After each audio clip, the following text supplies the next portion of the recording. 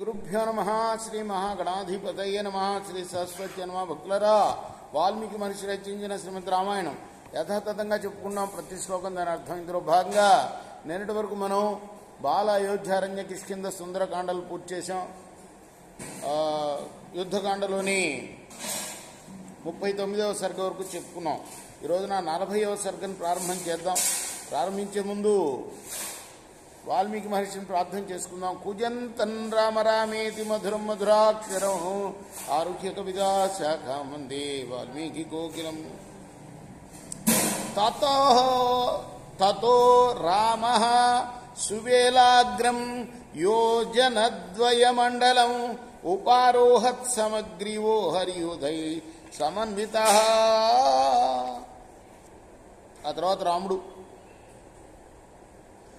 సుగ్రీవుడితోటి వానర సేన నాయకులతోటి కలిసి వెళ్ళి 2 యోజనాల మండలాకారమైన విశాల ప్రదేశంలో ఉన్న సువేల పర్వతాన్ని ఎక్కాడు. స్థిత్వా ముహూర్తం తత్రైవ దిశో దశ విలోకయన్ త్రికూటశిఖరే రమ్య నిర్మితాం విశ్వకర్మణ. అక్కడ ముహూర్తకాలం ఉండి అన్ని వైపులా చూస్తూ త్రికూట పర్వతం పైన విశ్వకర్మ నిర్మించిన లంకను చూశాడు. తస్యాం గోపుర శంఖస్థం రాక్షసేంద్రం దురాసదం శ్వేతచామర పర్యంతం విజయఛత్ర శోభితం రక్తచందన సంలిప్తం రక్తాభరణభూషితం నీలజీమూత సంకాశం హెం సంచాదితాంబరం ఐరావత విషాణాగ్రైర్ ఉత్కృష్ట కిణవక్షసం శేష లోహిత రాజేన సంవీతం రక్తవాసస సంజాతపేన సంచన్నం మేఘరాశి వివాంబరే. జయింపశక్యం కాని రావణుడు ఆ నగరంలో గోపురాగ్రంలో కూర్చొని ఉండగా రాముడు వాడిని చూశాడు. వాడి 2 పక్కల కూడా తెల్లటి వింజామరాలున్నాయి. తలపైన ఛత్రం ఉంది. నల్లని మేఘంలాగా ఉన్నాడు. వాడు ఎర్రటి చందనం పూసుకొని ఉన్నాడు. ఎర్రటి అలంకారాలు ధరించి ఉన్నాడు. వాడి వస్త్రం మీద బంగారు తీగలున్నాయి. ఐరావతం దంతం దెబ్బలు తగిలి అతని వక్షస్థలం మీద కాయలు కాచున్నాయి. అంటే అంతకుముందు ఇంద్రుడితో పోరాడినప్పుడు ఆ ఇంద్రుడి వాహనం ఉంది కదా ఐరావతం, దాంతో పొడిపించుకున్నాడు అనమాట. అవి కాయలు కాచున్నాయి. చెవుల పిల్లి రక్తం పట్టి ఎర్రని వస్త్రం ధరించి ఉండటం చేత అతడు సాయంకాలపు ఎండ వ్యాపించిన మేఘరాశిలాగా కనపడుతూ ఉన్నాడు. పశ్యతాం వానరేంద్రాణం రాఘవస్యాపి పశ్యతః దర్శనాద్ రాక్షసేంద్రస్య సుగ్రీవ సహసోద్ధిత.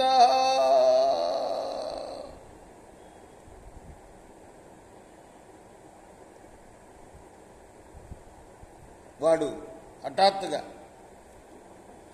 ఎప్పుడైతే రాముడు చూశాడో వాడిని, సుగ్రీవుడు వానర నాయకులు అందరూ చూస్తుండగా హఠాత్తుగా పైకి లేచాడు. క్రోధ వేగేన సంయుక్త సత్యేన బలైన చ ఆచరాగ్రాధతోత్థాయ పుప్లువే గోపురస్థిలే. ఒక్కసారిగా వాడు కేవల సుగ్రీవుడు లేచాడు. హఠాత్తుగా పశ్యతాం వానరేంద్రాణం రాఘవస్యాపి పశ్యతః దర్శనాద్ రాక్షసేంద్రస్య సుగ్రీవ సహసోద్ధిత.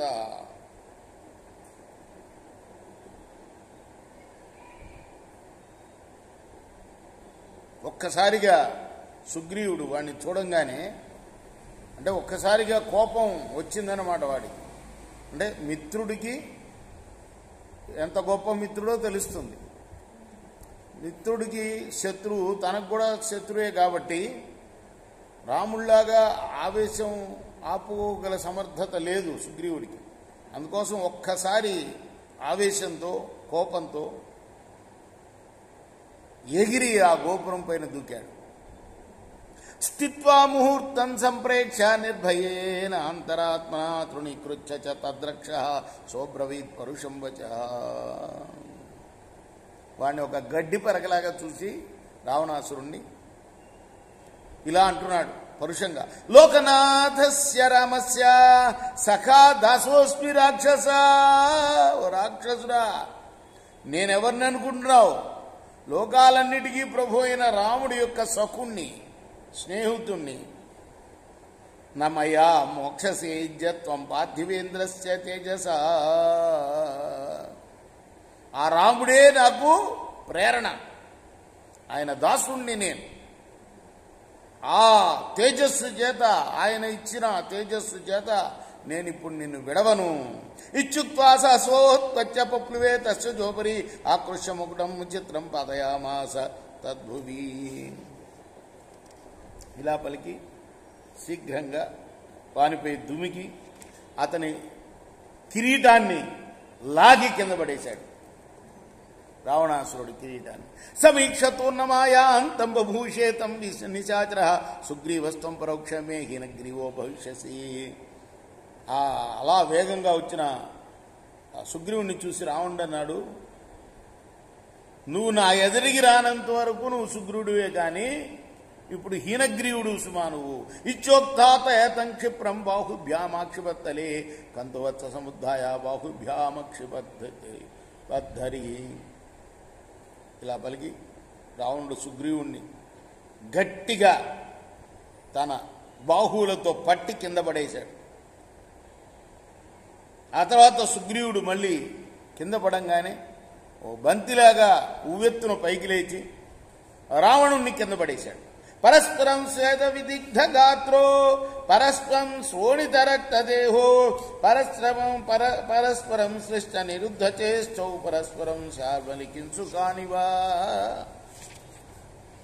ముష్టి ప్రహారాశ్చ తల ప్రహారైరరత్నిఘాతస్య కరాగ్రఘాతై తౌ చక్రతుర్యుద్ధం అసహ్య రూపం మహాబలౌ రాక్షస వానరేంద్రౌ.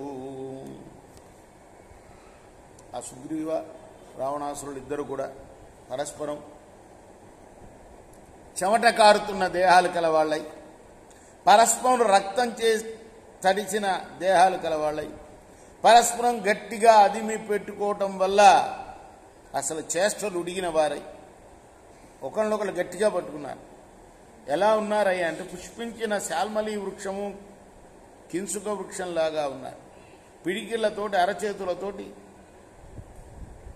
హస్తాగ్రాలతోటి కొట్టుకుంటూ సహింప శక్యం కానీ యుద్ధం చేశారు. రేపు మనం 16వ శ్లోకం నుండి కొనసాగిద్దాం. కృష్ణార్పణమస్తు. సాయి కృష్ణార్పణమస్తు.